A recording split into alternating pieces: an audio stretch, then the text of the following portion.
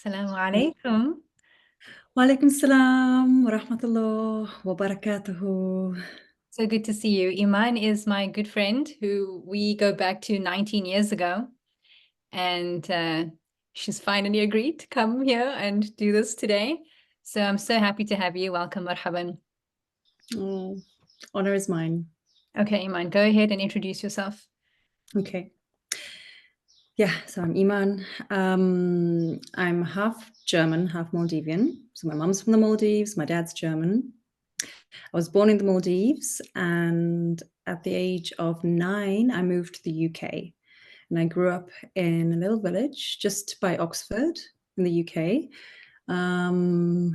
And at some point after graduating, I moved out of the UK, and the last time I lived there was in 2011. I'm currently residing in Tunisia. My field of work has varied. I was teaching, and then I went on to do my master's in anthropology of development and went into humanitarian and development work. And after getting married, we got married in London, my ex-husband and I. I've traveled a fair bit in many countries. And you've got 2 children. Yes, I have 2 girls. They are currently 7 and one is almost 13. So, Iman, let's rewind to the Mhm. beginning of when you met your ex-husband, how that happened. So we met in university when I was doing my master's very early on. I just started my master's in September and met him. He was doing his bachelor. He's a year younger than me, but he had taken some time off from his post-school traveling. So we met in SOAS, School of Oriental and African Studies in London. Quite a few people know that. He was in his second year of doing, forgive me, I always forget, he's going to kill me for this, but he did a module, or I think one of his majors was in Islamic history, and he did Arabic. And I was doing my master's in anthropology development. Mm-hmm. Yeah. So at the time, he was not Muslim, right?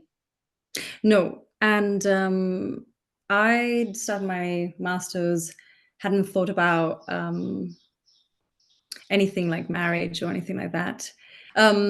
So I bumped into him. I met him in university. He wasn't Muslim, but what drew me to him was his openness and his knowledge and his, I feel, wisdom at that time. And I could just talk about everything with him. And of course, him being German. So, caveat, he was German. And he traveled widely, and the way he spoke of things and the way the way we would talk about things, I think looking back, he reminded me of my dad. And it sounds funny to say that. But nowadays, because we're doing all our inner child work, I realize what drew me to him. Yeah. Right. And And then the same language. yeah, there was something. I'd never, ever, ever dated a German. I'd never, ever thought of even being drawn to a German. In fact, it was like the top of my list, never. um, so I was kind of like, yeah, the fact that he was German, but not really German, which is so typical of like what people say about my dad. And he was fascinated about my life and, being Muslim, like he was very curious about how I practiced or what I thought about it. Him learning Arabic and knowing so much about Islam historically. We grew up as Muslims, but he knew so much more about Islam than I did historically. So we'd have the big discussions and yeah, so then it went pretty fast. And I knew at some point, I had this feeling, I remember this, where we were dating, and it was very, very shortly after we started dating. I said to him, I can't go on dating you unless marriage is on the table. Like I was quite young. I was 26, young for these days. And I'd never said that to a guy before. Or I'd never thought in those ways. And I think it was because, funnily enough, I had this, I don't know if some people believe in this, but this sudden like weird feeling, I can see him as the father of my kids, which I'd never had with anybody. So I was a bit vulnerable, I think, and I was very open. I said, this is the thing. And at that time, he he didn't say no, he didn't say yes, but there was like this silent agreement that that's if there was a reason to do it, an important enough reason, whether that was my parents not allowing us to like see each other, um, or whether I felt uncomfortable because he was in my life and I couldn't introduce him to my parents, then it felt like he'd be up for it. Does that make sense? Yeah. And I think I went into it fairly naive. And I couldn't quite explain it because it came so suddenly for me. Yeah. And it wasn't easy, the dating period. And then, yeah, we got married pretty soon. Yeah. And so did he become Muslim after the marriage or before the marriage? So he knew that if he was to marry me, he had to convert. Now, all cards on the table, being very transparent. He's always been someone who can't lie, and like for most things. And he was very honest and upfront and said, look, I respect your religion, I respect what you believe in, and I can actually accept what you believe in, even for myself, but I can't tell you that I like can practice it or I feel it.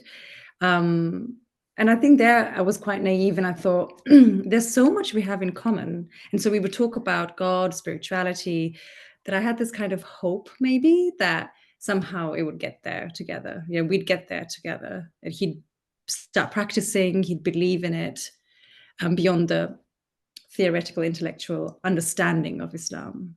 So looking back all these years as your older self, and if you had to meet Iman at 26 at the time, what would you have told her? um, This dashing gentleman at SOAS College, and of course you're very drawn to him, very attracted to him. What would you have told her? um, beyond what we believed in and what we could talk about, and beyond the intellectual discussions or spiritual discussions or things that we were interested in and so on, I feel there were tiny little signs that our communication was off at times. By that, I mean, somehow I feel like we were both a little bit, and I want to say both of us because I really see it in hindsight, we weren't the greatest communicators when it came to putting on the table what's really important for us and then engaging with it. It felt like each of us had to defend our place.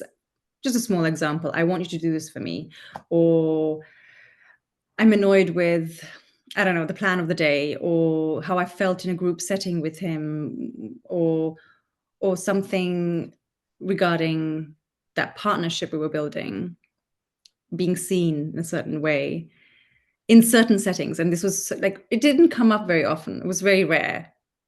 And when it did, the way we thought about things was so, when I look back, unconstructive and so damaging sometimes, that, and I felt like there was no, how do I put this? There was not a real willingness to engage with the other person. It was kind of like fighting your own fight and like having a flag and saying, this is what I want. This is my country, my territory. I want you to come to my territory. And he was like, well, this is my territory. So, you know, it really felt like we had two boats on the ocean, with different flags, and we were sharing an oar. And so we were like, you know, kind of like some that would happen. But funnily, when I wouldn't say my parents approved completely, and in those moments, I felt like we were on the same boat. Like he was like, you know, I got your back. Like we can do this. Trust me. I remember when we were going to get married, and my parents were really not 100% about it. And it's because my mom had just wished for us to get to know each other so much more before I decided. But he said to me, if we can't trust each other here at this moment, when can we try and trust each other? Does that make sense? It's kind of, if we cannot trust to be in this and go forth, even if the whole world says don't do it now, when else can we have that kind of opportunity to prove that trust to each other? It's very romanticized. It's very like rose tinted glasses. It's very like, you know, We will, knight in shining yeah, armor. we will face the storm together, irrespective of the Yes, odds against us. yes, the storm is out there, but if we ride this horse together, um, So then, apart from indicating to your younger self the communication issue, is anything else you would have told her? um, get clear on what you need in a relationship. So something that occurred to me looking back in hindsight would be, um, I didn't have clarity on the things that were non-negotiables. I didn't have clarity on actually how much my spirituality and my faith mattered to me. I thought it's okay, like he doesn't have to believe the way I do. Look at my parents, they're both Muslim, devout Muslims. But all my life I've watched them practice differently. And I'm not saying that one didn't practice and the other one did, or less. Actually, they're both devout, but very different the way it manifests. Um, and it is part of my, I think that's what impacted the way I chose my relationship, because I could see at times they didn't agree on certain things, but I didn't dig deeper to see that though they didn't agree on things, somehow there's a vision of Islam and their faith and the way they kind of placed some sort of, it was very sacred. Family was sacred. Partnership was sacred. Um, People outside generally didn't get involved, you know. Um, I could see that they were like this team, whatever happened. I'm sure I didn't get, insight into everything, and there was a fair amount of difficulties and challenges in their relationship. But what always was interesting is how I felt they had some sort of common vision together. There was like a bigger vision together, and that was their faith, and how, their faith comes above everything, and humility. I feel like my parents have a lot of humility when it comes to that. Whereas if you go back to what I described, the two boats, I felt like both him and I had a lot of pride, and maybe I felt like I can row my own boat. Islam is really important for me. I'll find my way. But once you have kids, it's a whole different game, you know? So, Okay, so you and your ex-husband had a very unique lifestyle, not the traditional stay at home, have dinner at a certain time. You've traveled extensively. I don't know if you want to touch on the line of work that he was in, which is what led you to live in various countries, and also how that impacted your marriage. yeah, people grow. And I realized I myself have grown in certain ways. We were both very similar, actually, in terms of travel. I left home after my BA, my bachelor's, and my master's, but I always found opportunities to leave the UK, and just explore new things. I lived in Spain as a teacher. I'd never spoken Spanish, and that's where I learned it. Didn't like Spanish, hated it. Got there, learned it fluently. Now it's a bit, lost. But I just loved new things. I love new experiences. I'd lived in Syria before my bachelor was over. I did Arabic and French as my bachelor's. So it really was, what do you call it, exciting, and we felt like we were down for this adventure, and he's the same. So he really wanted to go into humanitarian and development as well. For me, it wasn't so clear which line of work I prefer, but I knew I wanted to travel with him, and we were just, okay, we're gonna live in different countries. We even talked about it. So my eldest was born in London, and within a month we were out, and we did a pit stop in Germany, where he's from. Neither of us had stable jobs. I'd just become a mom, and he got his first internship in Palestine. My ex specialized in the Palestine-Israel context for his dissertation, and he is an avid defender of the fact that Palestine-Israel is not a conflict. So, and I think I admired, sorry to detour, but I admired the way in Germany, in a situation where, in a country where very few people know much about Islam, the Arab world, he defended it. So we traveled a lot. So we went to Palestine. We stayed there for just under a year, and then moved to Portugal, and then from there to Geneva, France. So there was a lot of movement. I was a young mom. I look back and I think, wow, I was so brave. Like, we didn't have a extended family anywhere we went, but it was kind of like me and him in the world. And he was a great dad, and he was very supportive. As if any new mother knows, it's so daunting to be out there alone. He was working all day and would come home at a reasonable hour in Ramallah, in Palestine. But I felt like a little bit, yeah, it was a huge challenge. And I felt I was beginning to feel a bit depleted. Looking back, I realized that I depended on him a lot to make me feel better, because I was nurturing this child and I was full-time stay-at-home mom in a whole new country. But I'm also someone who loves that and really enjoys landing in a new place. And I think we're both quite quickly, we settle into places and we explore. But I feel that after every move, it felt like, and he once said this himself, it felt like we always felt, okay, a new place, maybe we can reset. Maybe some of the problems we were having, and they were, increasing when it came to whether it was arguments, fights, would get better. But it felt like it was coming back. It would creep up again and again. And I think it was a lot to do with being young parents and some of our personal projects and personal visions for ourselves, how and challenge in fitting that with family life was beginning to erode our relationship. So going back to the issues, I think at some point I started realizing, when our kids started growing older, I felt like there were details in the way I was parenting that I wanted him to honor as a mother, because I gave so much thought and consideration and emotion to it. And also I would be the mom who would be thinking about, nutrition or discipline or all sorts of things. And I have this line coming up. It's like coming through right now. And it's from years and years ago. And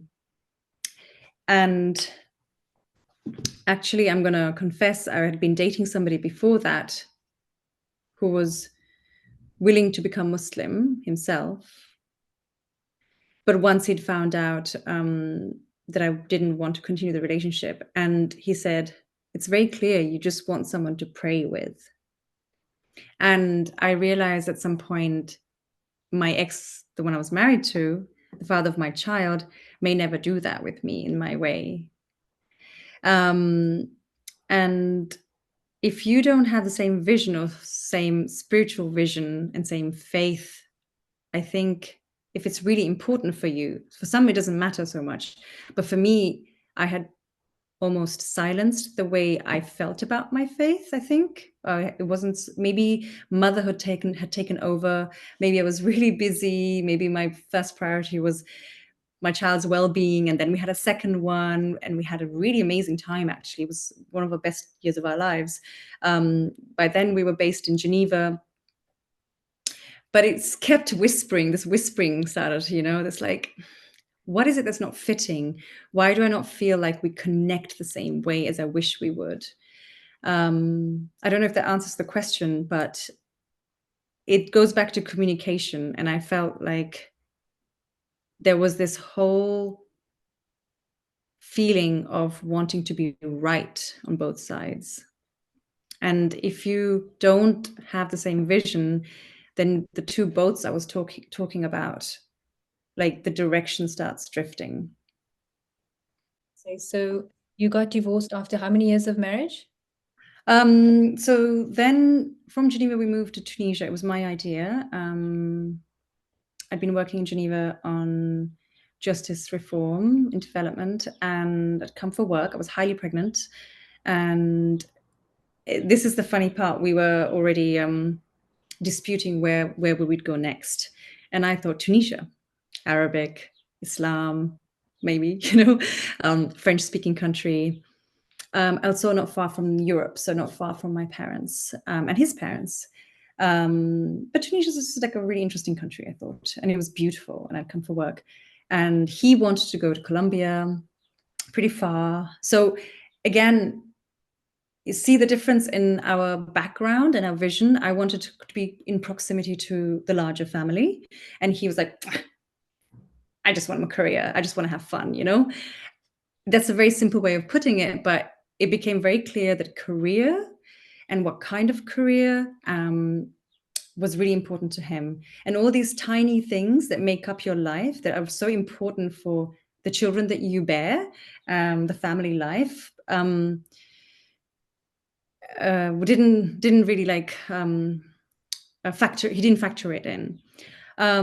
So we came to Tunisia, and within a month, I don't know if I can say this, but shit hit the fan. It felt like all the things that were brimming suddenly just like exploded.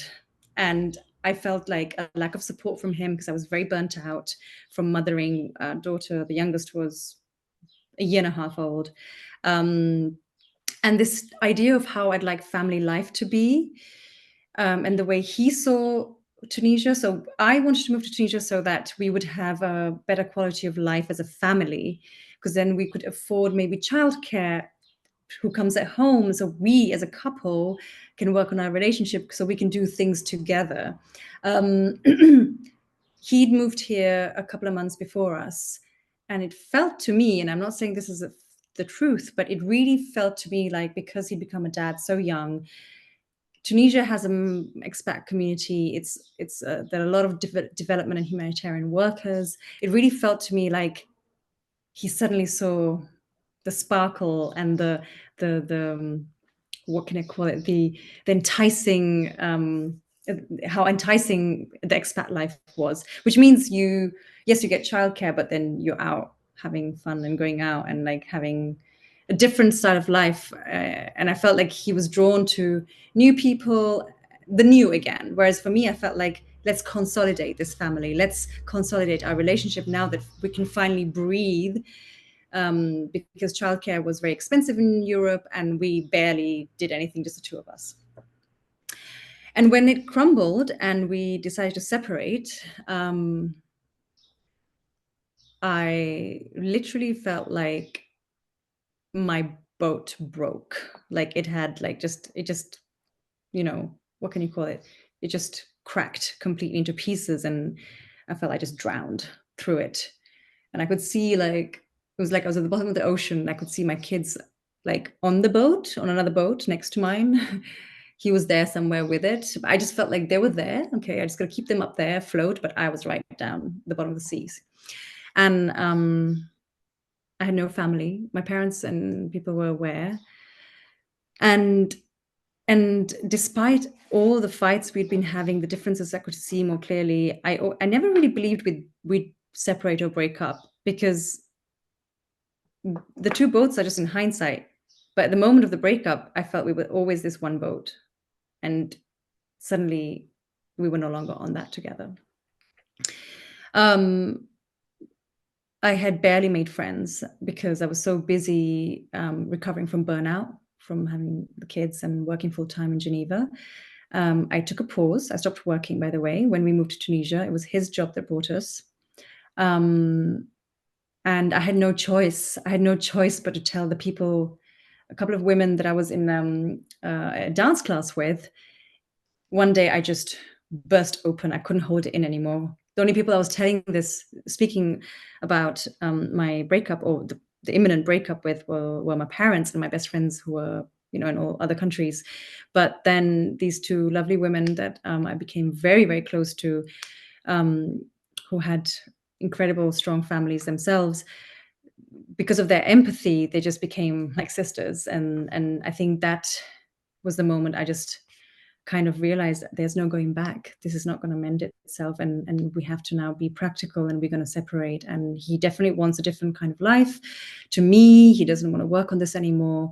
And I had this naive idea that with therapy and communication, we can fix things. But couples therapy, either the therapist was terrible, again, not someone who is fully aware of our background, our spirituality, all of that.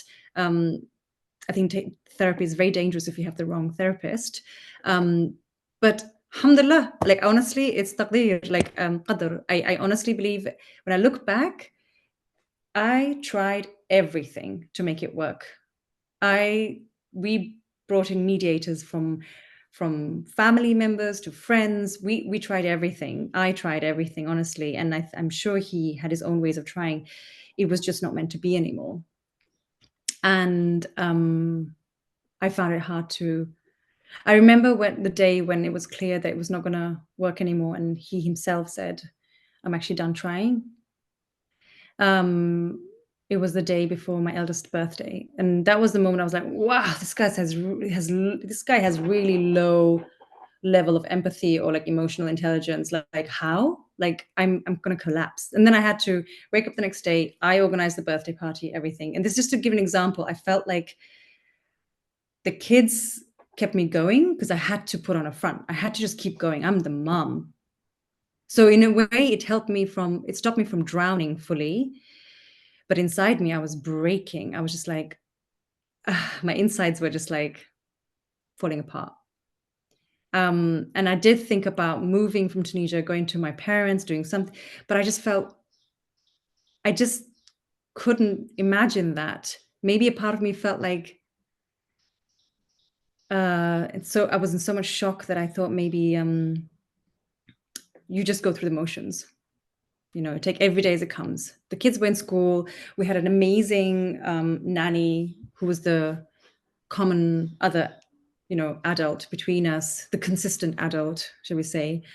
At some point, we had to figure out how we would live, because we're not going to live in the same house anymore.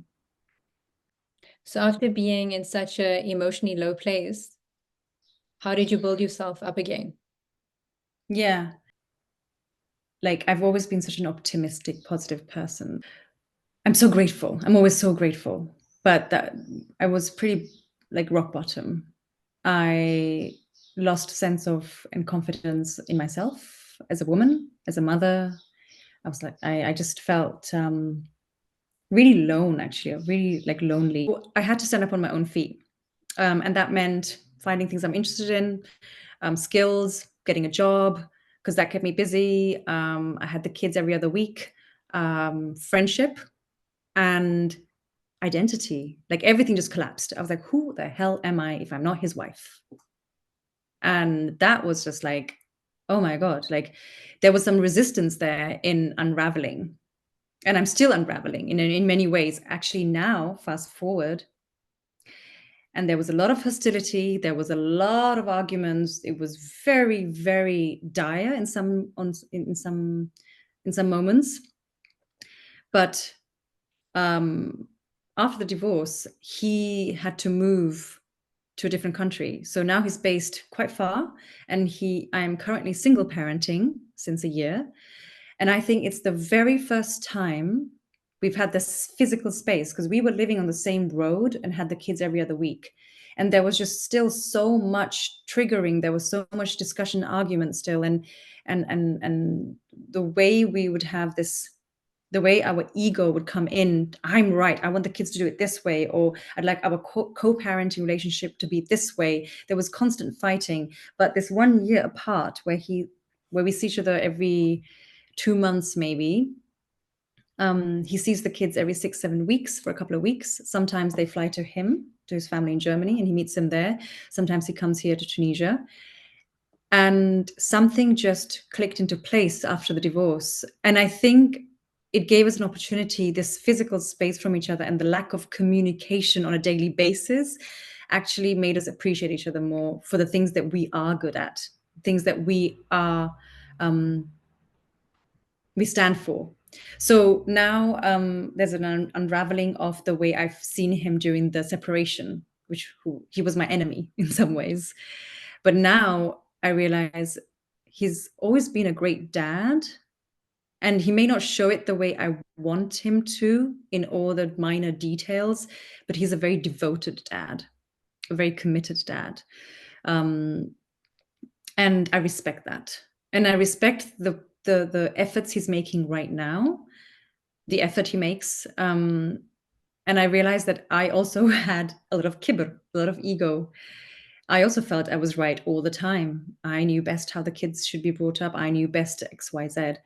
But I myself am going through an unraveling and restructuring of myself. And there are very fragile moments. And there are parts of me that are very, very emotional. I'm a very sensitive human that sometimes I feel things overwhelm me, whereas he's a very practical person. And so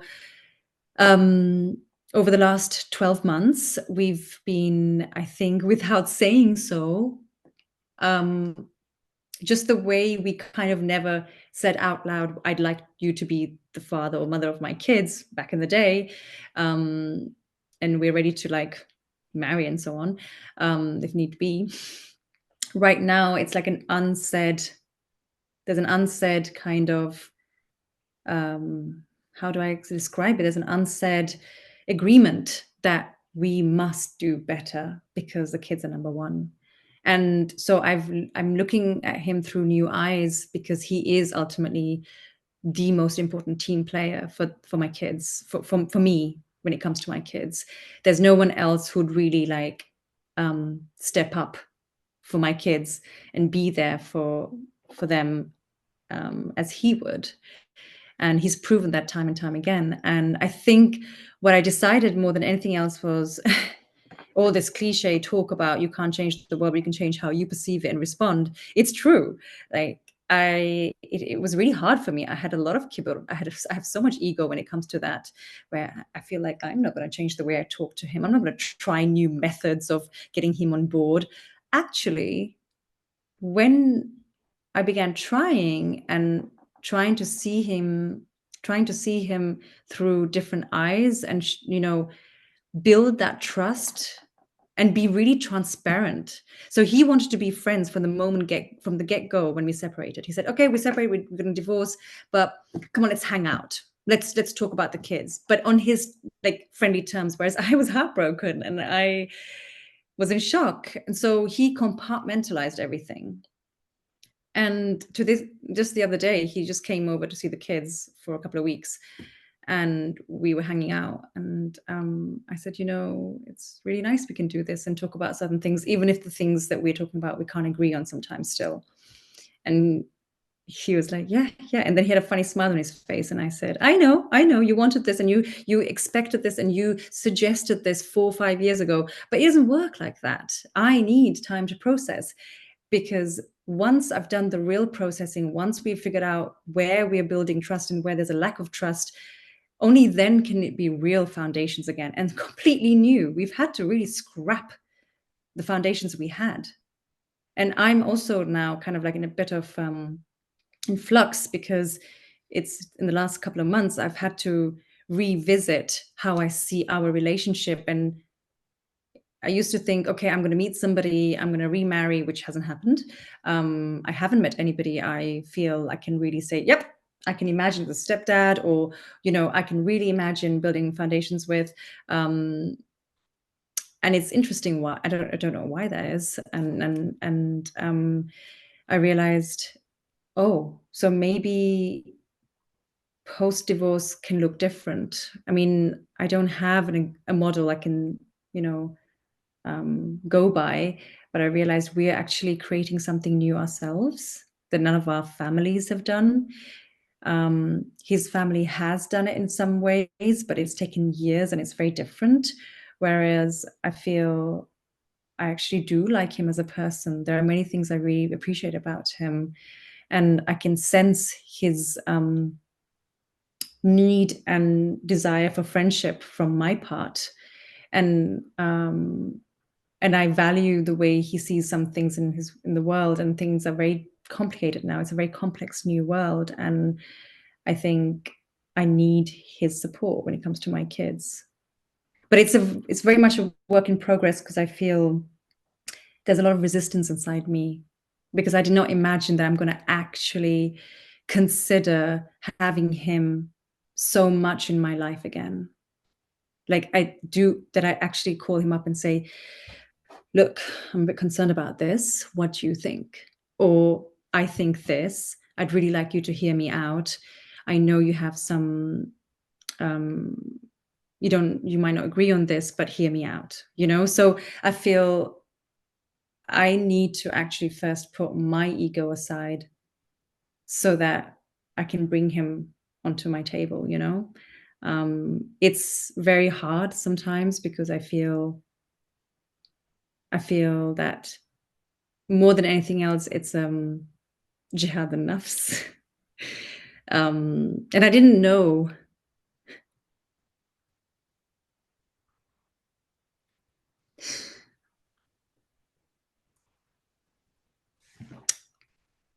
Um, it's almost like he's not so important. And my kids have shown me that, because it all began with my kids, I think, because I noticed my kibr when I was a single parent, like full single parent, and you have to navigate things every day with an almost teenager and a young 6, 7-year-old. And I realized, if I'm behaving this way, where I put my ego first, what does that show about what does that show me about my evolution, actually, my willingness to transform? And maybe that's why he's also so resistant to receive what I can share and what I'm trying to do. It felt like there was a wall. And when I began to kind of knock that wall down and attempt to transform the way I behaved and I communicated, because my objective is so much more sacred than what I want right now. Like there are things that you want in the now that are building blocks for that bigger vision. And for me right now, it's my kids' well-being and being a team, because we are family, because things are not so difficult or toxic that I can't have in my life, you know? And I didn't realize that my biggest lesson in life would be growing, but through this relationship. Because you have challenges with your parents, you have challenges with friends, you have challenges, but I feel almost in parallel, my growth as a mother through the way I communicate and behave and evolve is exactly a mirroring of how I need to grow in my relationship with my ex-husband. So if one changes, the other one will change as well, because it's me ultimately that's changing and growing. And it's actually becoming, it's actually like leadership skills.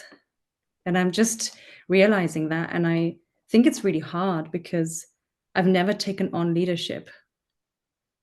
And it comes with a lot of responsibilities. It doesn't mean that you just tell people what to do. You have to somehow embody certain qualities, which sounds really cliche, to be able to, at some point, slowly, convince, persuade, or impact somebody else. And to just give you an example, some of the conversations I've had with him go back 3 years, maybe even 4. I've said things recently in the same way 3, 4 years ago, and now he's receptive.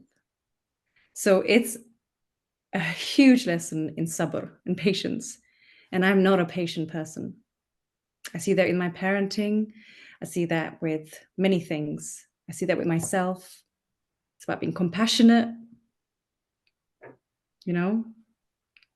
So I think if I could say three words that come to mind that I remind myself of is kibr, sabr, and raham. So ego, arrogance, patience, and compassion. Like how am I engaging with those three? Well, thank you for sharing that, Iman. If do you have any words of advice for other women out there? Yeah. In hindsight, um, I would say the most important things are clarity on what you need and what you want in terms of the bigger picture. So for me, it was my kids' well-being and a good relationship with my ex, which I didn't realize at that point. But surround yourself with very good people and be very discerning of the advice you're receiving, because I was dead set on making him the villain. But my mom, my dad, some of my closest friends reminded me time and time again that he's the father of your kids. There's nothing so seriously wrong in the way he is as a father that you can cut him out and just go on your own journey. And they had both our interests, or the kids' interests, at heart. And I think it's so important the company you keep. Because I noticed even those friends that I loved and some that I, you know, I'm I just want to say this. I had a tendency to speak ill of him only with those closest to me. But I always had this sense I cannot share those thoughts with someone I cannot trust that they will keep it only for themselves. Because ultimately he is the father of my kids. So it's like poison if you are not clear, or if you are too fragile and then you listen to those who cannot consider the bigger picture and all the intricate details. But clarity, and stand for your truth, which can only be clear if you also silence that ego. Yeah. I appreciate you sharing your story. Thank you so much. And I wish you and your children well-being and growth. And as you say, it all comes down really to jihadun nafs. And I think that's the journey that we find ourselves on. And one of the most interesting things about separating from someone when you're on your own is that you realize that you actually can't blame anyone anymore. That any feeling that you have of discomfort or annoyance, irritation, it's actually all yourself. You can't really blame. Do you know what I mean? It's Yeah. almost like when someone's in your face all the time, it's so easy to just cast the blame on that person. But when you are alone, then you realize, wow, any unhappiness or discontent I'm feeling, it's self-generated. Like I've got to work on myself. You So have to contend with yourself ultimately. And it was a very big lesson for me. And I have fallen in love with solitude. I have fallen in love with being with myself and getting to know myself again. There are many parts I dislike, but I realize if someone outside, if there's something that bothers me, I must find the tools, the way, the strategy to compassionately, kindly communicate that. mhm. It's not always a war. That's definitely another discussion, which I hope we can have. Okay. You well. Assalamu Thank you alaikum. so much. Wa alaikum salam.